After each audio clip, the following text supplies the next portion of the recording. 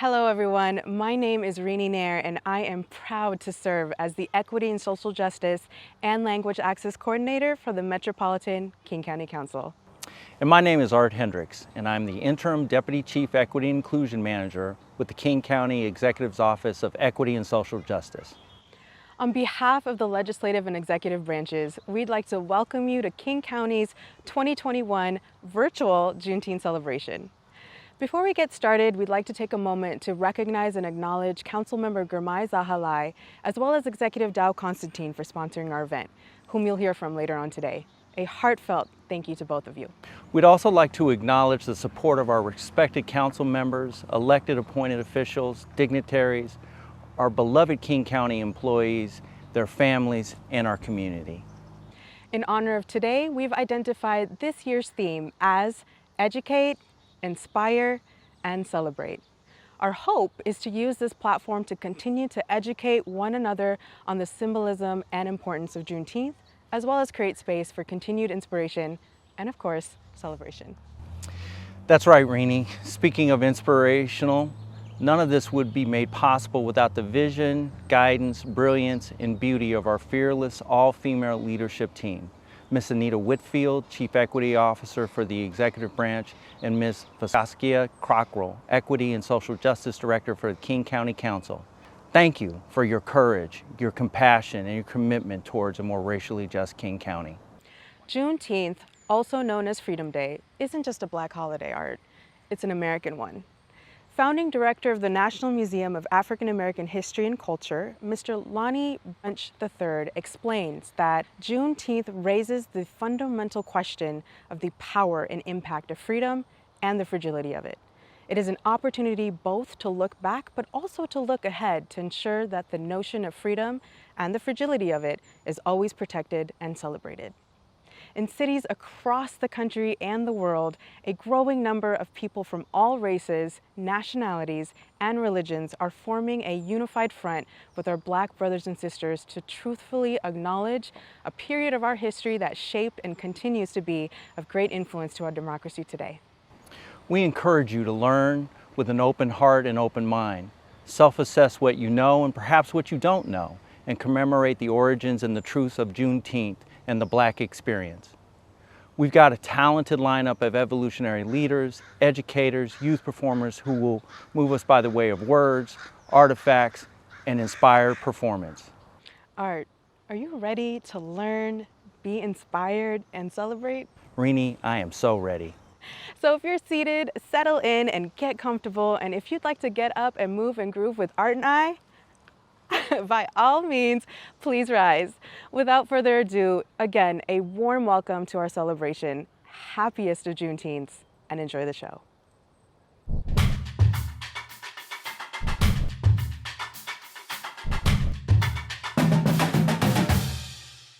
Senate Law, good day.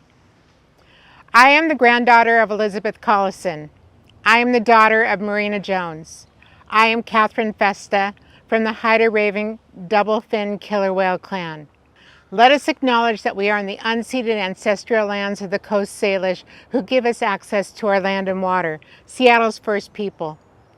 We honor with gratitude the land itself and the Duwamish, Puyallup, Muckleshoot, Stillaguamish, Tulalip, Snoqualmie, Suquamish tribes by remembering what this country was built on, a nation erected alongside coordinated efforts to make us forget. No amount of rationalization, intrusion, extermination efforts, control, relocation, violation of treaty rights and denial can erase what was done to Native people. We acknowledge their historical connection to this land. We make visible that which this government has intentionally tried to make us forget, their presence, their enduring presence, their story. For the people whose bones rest on this land, we sing stories of our ancestors. Let us lift up the resilient spirit of the Native people that are still here, continuing to honor and bring to light their ancient heritage. We continue to call out injustices that this country was founded on and change the inequities that continue to exist. Thank you. Lift every voice and sing till earth and heaven ring. ring with the harmonies of liberty. Let our rejoicing rise high as the listening skies. Let it resound loud as the rolling sea. Sing a song full of the faith that the dark past has taught us. Sing a song full of the hope that the present has brought us. Facing the rising sun of a new day begun. Let us march on till victory is won.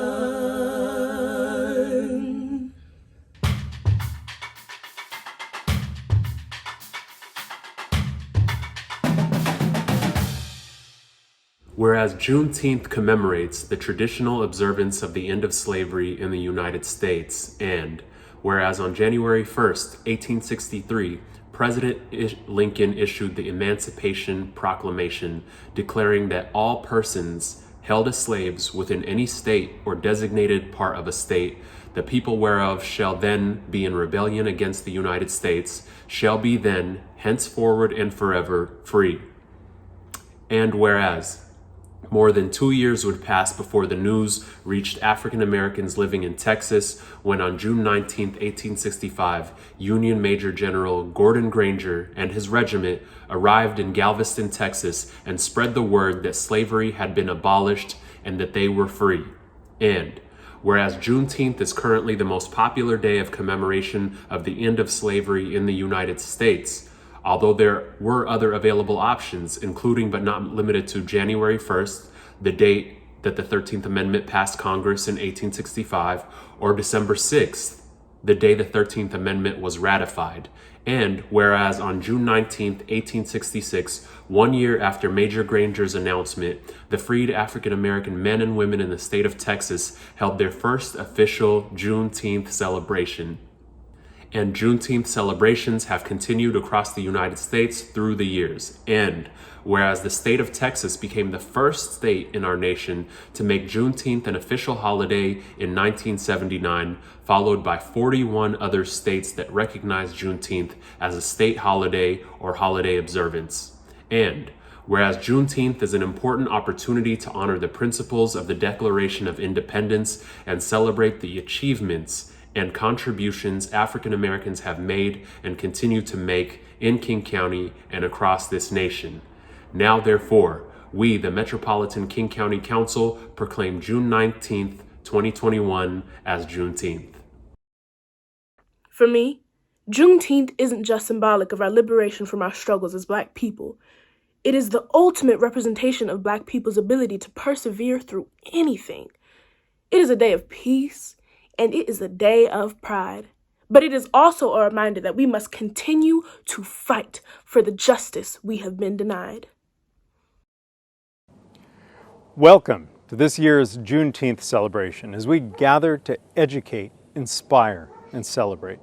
I'm honored to be part of this recognition, and I want to thank Anita Whitfield, our Chief Equity and Inclusion Officer, and Visaskia Cockrell, the Equity and Social Justice Director for the King County Council, for their leadership, partnership, and for sponsoring this year's Juneteenth event. This year, as we join together to recognize Juneteenth, I want to take a moment to honor the African American community, the descendants of Africans enslaved in America, and honor their ancestors, upon whose backs this nation was built. As we celebrate today, I'm also looking forward to celebrating Juneteenth next year, its first as a paid holiday. We heard from and listened to our African American colleagues and the communities they represent, and want to recognize the significance of this day, an important symbol for the fight for freedom for Black Americans, a fight that has been fundamental to the fight for freedom and equality for all marginalized people in America. While we embrace this new holiday in Martin Luther King Jr. County, we must recognize the historical truth of this day. While Union soldiers arrived in Galveston, Texas on June 19, 1865, and informed those still enslaved that slavery had ended more than 2 years prior, history shows that June 19th did not mark the actual end of slavery. We know it continued, even after that day, with at least 225,000 Black Americans remaining legally enslaved after that.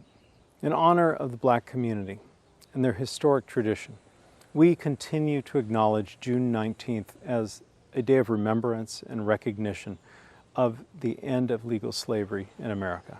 Together with the Black community, we gather on June 19th to commemorate and recognize the end of slavery, not only as a holiday, but also as an important symbol for the ongoing fight for freedom, and a bitter reminder of the truth of where we have been, where we are, and where we still need to go.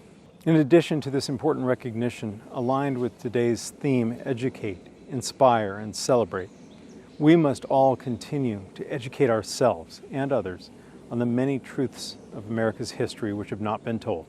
As King County Executive, I'm honored to be a part of this year's recognition and the telling of true history. Together with you, I am committed to advancing our anti-racism work and the cause of equity in everything we do and everything we are here in Martin Luther King Jr. County. Today, we celebrate the struggle for Black liberation in the United States. Through their sacrifice and perseverance, our ancestors paved the way for me and many others to achieve our wildest dreams. So, even though we are still striving towards true equality today, we must never forget this huge milestone in the fight towards justice. Hello, beautiful people, and thank you, King County, for having me here today.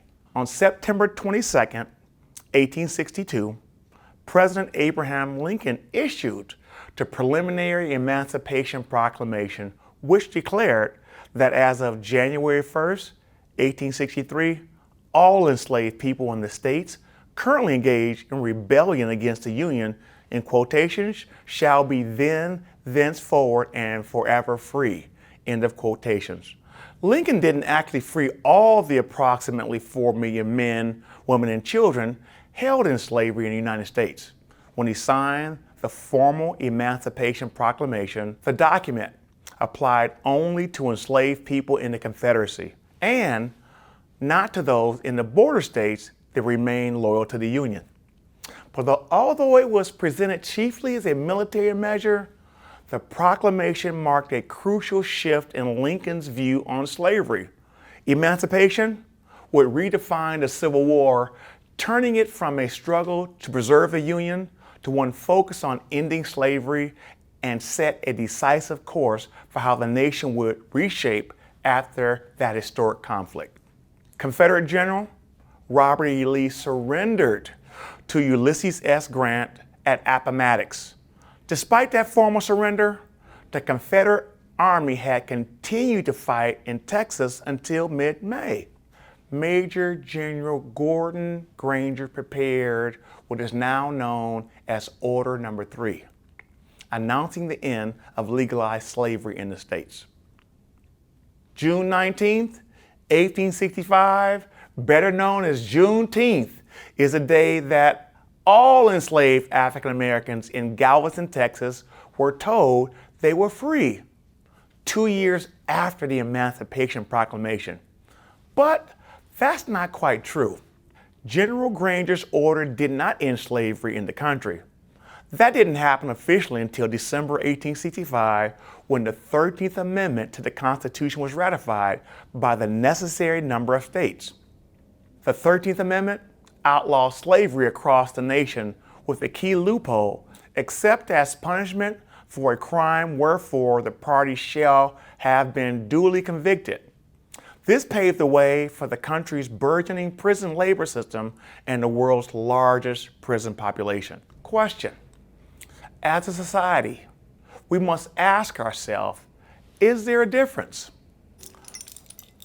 I hold in my hand an adult and a child authentic slave shackle. On the right, I hold authentic police handcuffs. So we must ask ourselves the question, is there a difference? More importantly, what's our individual and collective responsibility to be the change we want to see in the world? On this day, let's make a commitment to be that change. Thank you very much. Greetings. My name is John Miller. I'm an organizational development practitioner with Department of Human Resources and a leader with the Black African Affinity Group. Martin Luther King County is honored to have our beloved community matriarch, mother, cultural artist, activist, and educator, Dr. Marcia Tate Arunga, bless our souls with her grace and wisdom. In addition to all of this wonderfulness, Dr. Orunga is the inaugural academic dean of Evergreen State College, Tacoma. Born and raised in the Seattle area to parents born in the South, Dr. Orunga holds a BA in sociology, master's in human development, and PhD in leadership and change. Her doctoral thesis entitled Back to Africa in the 21st Century, a narrative analysis of African American women, contributes to the fields of diaspora studies, women's studies, and Africana studies. Diasporas and cultural reconnections influence the rapport people have to their ancestral homeland. It is my privilege to introduce our keynote speaker for our Juneteenth program, Dr. Marcia Tate Arunga.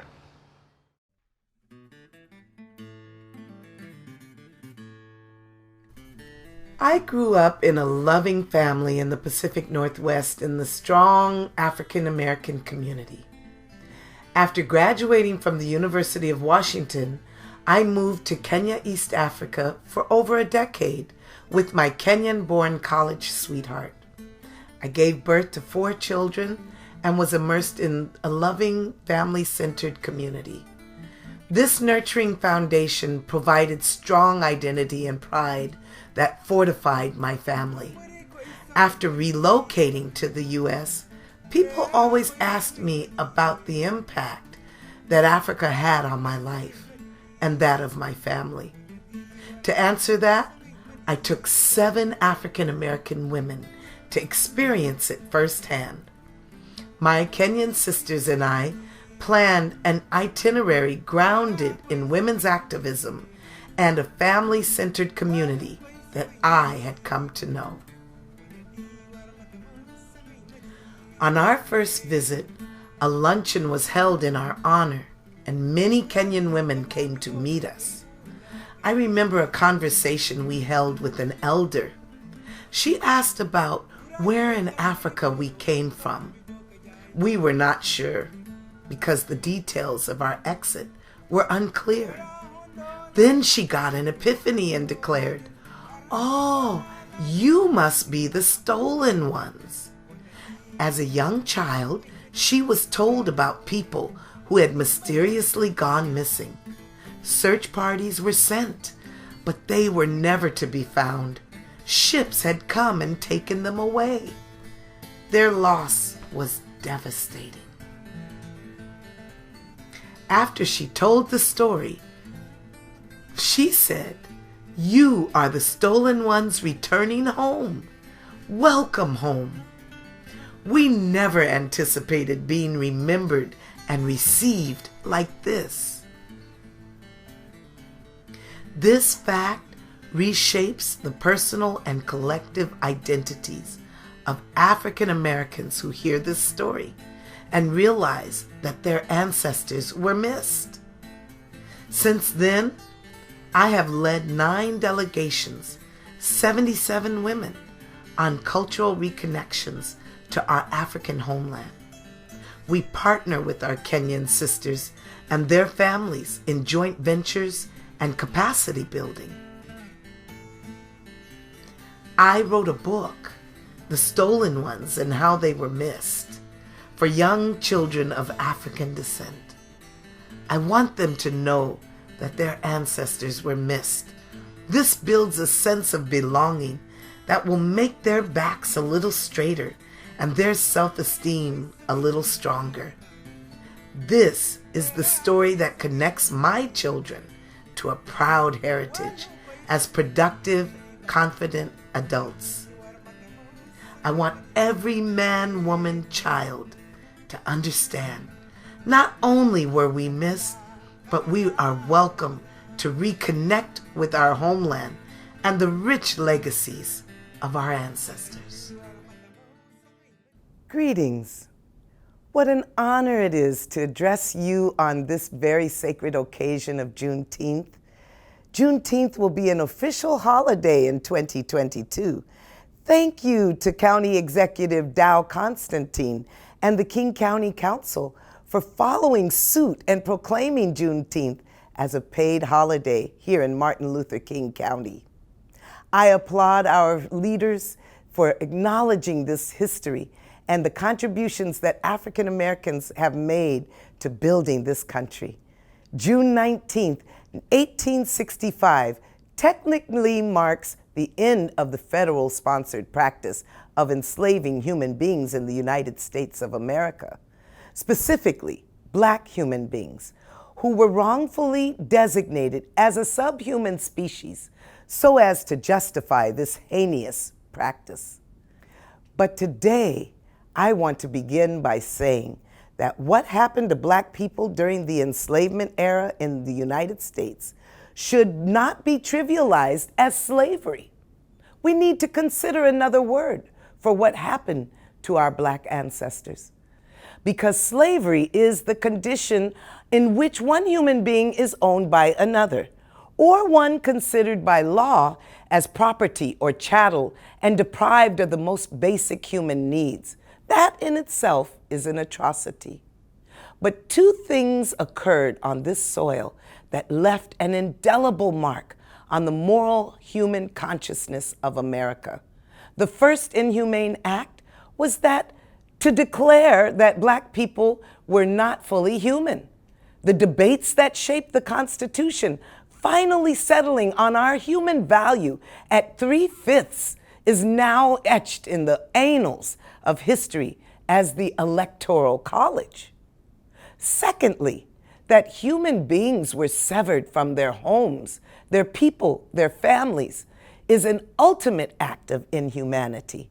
Our ancestors were minding their business when they were abruptly stolen from their homeland and moved throughout the Americas, placed on ships that were constructed specifically for human cargo. Estimates of over 11 million people arrived in the Americas, not left Africa, arrived in the Americas.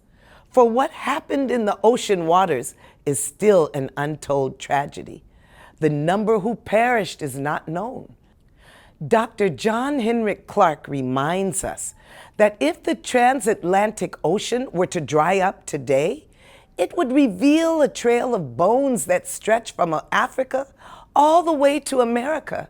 Even the sharks learned to follow the ships, anticipating that bodies would be thrown overboard. Those would be the ancestors who did not make the voyage. However, our ancestors were not only separated from their homeland, they were severed from their very families on this American soil. Permanent bonds of family, like husband and wife, were not even legally recognized. Mothers were separated from their children. Fathers and grandparents were non-existent.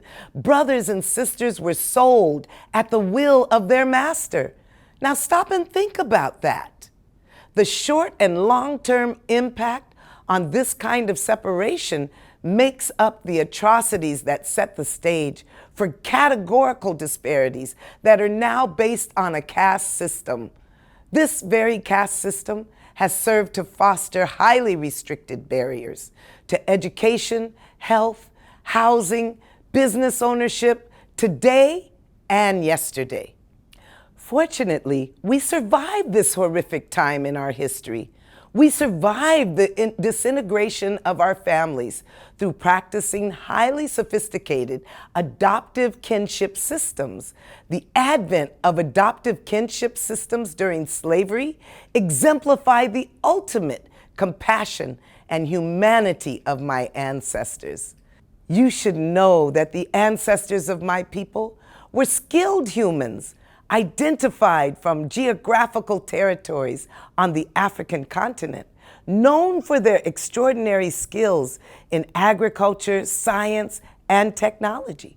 For example, people from Senegal were known for their cultivation of rice. People from Benin were sought out for their knowledge about metals. Black people were bought and sold and taxed by states on behalf of corporations, Ivy League universities, and affluent families. Insurance companies, banks, and medical breakthroughs all benefited from enslavement. But it did not end with the Emancipation Proclamation. For over 10,000 lynchings that occurred since 1868, and later we have Ida B. Wells to thank for her dedication of chronicling these horrific acts of terrorism. If she had not done this, it would have been forgotten, swept under the rug, lest we forget. And now we all know how our beloved country has a tendency to forget. For the massacre of hundreds of families whose population in Black Wall Street, Oklahoma, were several dozens of cities, economically thriving communities were left targeted by domestic terrorism. The only difference with Oklahoma was the first time that, though not the last, when a city was bombed from the air by the National Guard. The Black Southern migration to the north signifies mass exodus from violent South, where people were disenfranchised of their properties regularly. Their hope of a new life away from terror to the northern industrial plant was met with the manipulation of policies and covert racist practices. In Washington state, we faced racist practices, covenants, agreements that refused home ownership to most neighborhoods, including most of King County, and my own neighborhood in Renton. My aunt, Irene Grayson, who traveled as a young girl from Oklahoma to settle in Renton, Washington, grew her farm of multiple acres. Her land, as it was done to many Black families who owned property in Renton, was taken in her own lifetime by eminent domain. She remained with the house she built at her passing at 106 years old. Displacing the legacy of Black farmers moved deep into the background of our city's history. Covenants served to contain Black people and then control their access through policies such as covert Jim Crow segregation, redlining, the war on drugs, gentrification, criminal justice, and mass incarceration of Black and brown men and women. Disparities in education, healthcare, business, and home ownership, and more were perpetuated in the North as well as the South. For the current attack on the 1619 Project and critical race theory that has been challenged, both seek to teach historical facts about our nation's history. We must reverse this trend. It is time to face our past squarely in the eye, together search for an honest path forward. Today, young people of all races now fill higher educational institutions and are pushing for a moral reckoning. From our ancestors, we learned that a child has to be loved in order to learn. I beg forgiveness to my ancestors for the time when we did not love ourselves. I give honor to Stokely Carmichael, who in my lifetime taught me that Black is beautiful. That was the beginning of everything. To Black people, my people, we must forgive ourselves for the times when we could not stand up on our own behalf. We must acknowledge ourselves for the times we tried to stand up. Know that our contributions are important. Know that our legacy has been the backbone that has created the richest economy in the world. The monuments that our ancestors built continue to stand to this day, including the White House, the Capitol, Ivy League college campuses, to name a few. This is the work from the hands of our ancestors. Their contributions exist all around us. Know that our inventions are vast and of consequence. American cultural icons like jazz, gospel, hip-hop, science, food, technology, engineering, medicine, all that is deemed American can be accredited to the unspoken contributions of Black people in America. We should be so proud of our ancestors who boldly asserted themselves into history. And today, we continue to contribute, from the officer Eugene Goodman, employed at the U.S. Capitol, who used his Black body as a decoy during January 6th insurrection, to Kizzmekia Corbett, the Black woman who invented the Moderna vaccine against COVID.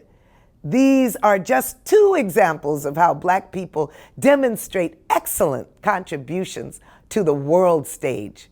I dare say it is a good time to recognize our ancestors for their contribution to this great nation we hold dear, where we hold these truths to be self-evident, that all human beings are created equal. What exactly does that mean? By those precious words, how do we reconcile as a people? As James Baldwin asks, what is it that you wanted from me to reconcile myself? I was born here almost 60 years ago. I'm not going to live another 60 years. You told me it takes time.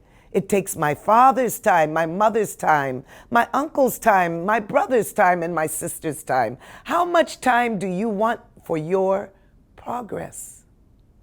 For the long-term exclusionary practices that brought harm to generations of people, that restricted our possibility for prosperity. On behalf of our ancestors, ourselves, and our generations that follow, reparative justice is in order. It is time to open our hearts and our minds to the truth about the need for reparations, if not for the Black families who were cut off from potential economic stability, for our own moral righteousness as a country, as a nation. The chaos that is caused to Black people and continues today through the reversal of our voting rights, continued gaslighting, and mind games. Today, Black and brown people need protection as a rare and protected species. State-sponsored capital punishment, police killings must stop. And today I speak for brown and Black people, but the truth is we know that yellow and the red people have their own stories of atrocity. I choose to stand for all of them. There are no people of color who have been left unharmed by exclusionary, coercive, and violent practices. For this occasion, I pay homage to the ancestors of the Native American people of this land, the Duwamish, the Puyallup, the Indians of the Great Salish Sea. I give thanks to the original people whose land we stand on. I call out the names of my brothers and sisters who we watched die on TV. George Floyd, Tamira Rice, Sandra Bland, Breonna Taylor, our own Charlena Lyles and her infant baby, Emmanuel Ellis of Tacoma, who just last year perished at the hands of the state. And now I summon ancestor Maya Angelou for my remarks. Still I rise. You may write me down in history with your bitter, twisted lies. You may trod me in the very dirt, but still, like dust, I'll rise. Does my sassiness upset you? Why are you beset with gloom? 'Cause I walk like I've got oil wells pumping in my living room? just like moons and like suns and the certainty of tides, just like hope springing high, still I'll rise. Did you want to see me broken? Bowed head and lowered eyes, shoulders falling down like teardrops, weakened by my soulful cries. Does my haughtiness offend you? Don't you take it awful hard? 'Cause I laugh like I've got gold mines digging in my own backyard. You may shoot me with your words, you may cut me with your eyes, you may kill me with your hatefulness, but still, like air, I'll rise. Does my sexiness upset you? Does it come as a surprise that I dance like I've got diamonds at the meeting of my thighs? Out of the huts of history's shame, I rise. Up from a past that's rooted in pain, I rise. I am a black ocean, leaping and wide, welling and swelling I bear in the tide. Leaving behind nights of terror and fear, I rise. Into a daybreak that's wondrously clear, I rise, bringing the gifts that my ancestors gave. I am the dream and the hope of the slave. I rise, I rise, I rise. Thank you.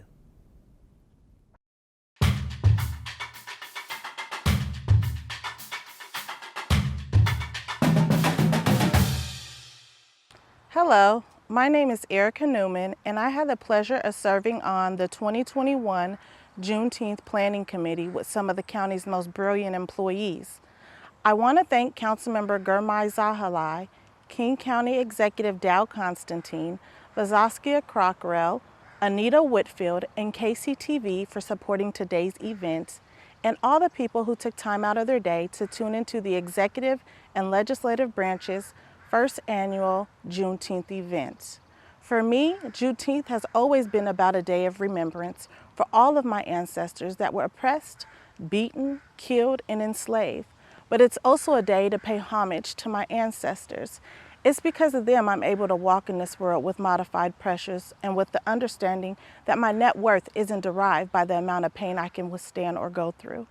My daily goal is to learn something new every day, and today I was inspired by the facts and knowledge delivered by Delbert Richardson and Dr. Marcia Arunga. The youth performers proved that Black excellence is real and exists. This whole event solidified my belief that Black people are more than what society and systems identify as average and or unworthy. But I always knew that Black is and will always be beautiful and most importantly strong. There's a saying that I'm sure you all are familiar with that says there's a time and a place for everything. And so while Juneteenth is the highlight of today's convention, this is also a milestone met for the legislative and executive branch, as we have planned to use 2021 as our year of collaboration with the intent that 2022 will be the year of transformation. I want to close this out by saying I hope you all enjoyed today's event, and I encourage you to make our ancestors, including the late Reverend Dr. Martin Luther King Jr., proud by taking the time to show appreciation for Black contributions, which can be simply done by supporting Black-owned businesses. And remember, even though slaves were freed in 1865, we are still saying we can't breathe and marching in the streets in 2021, trying to convince others that Black lives do matter right here in the one and only Martin Luther King County. Stay tuned, and more to come later.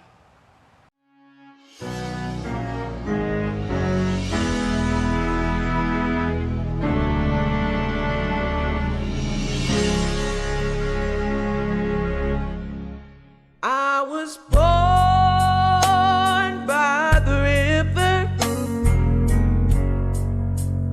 in a little tent, and oh, just like the river I've been running ever since. It's been a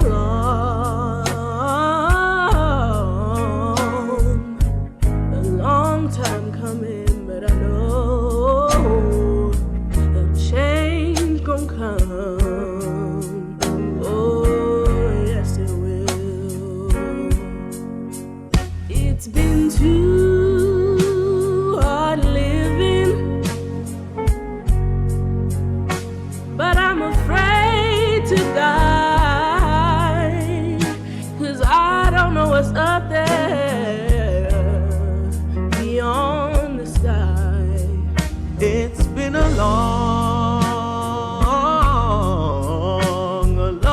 time coming.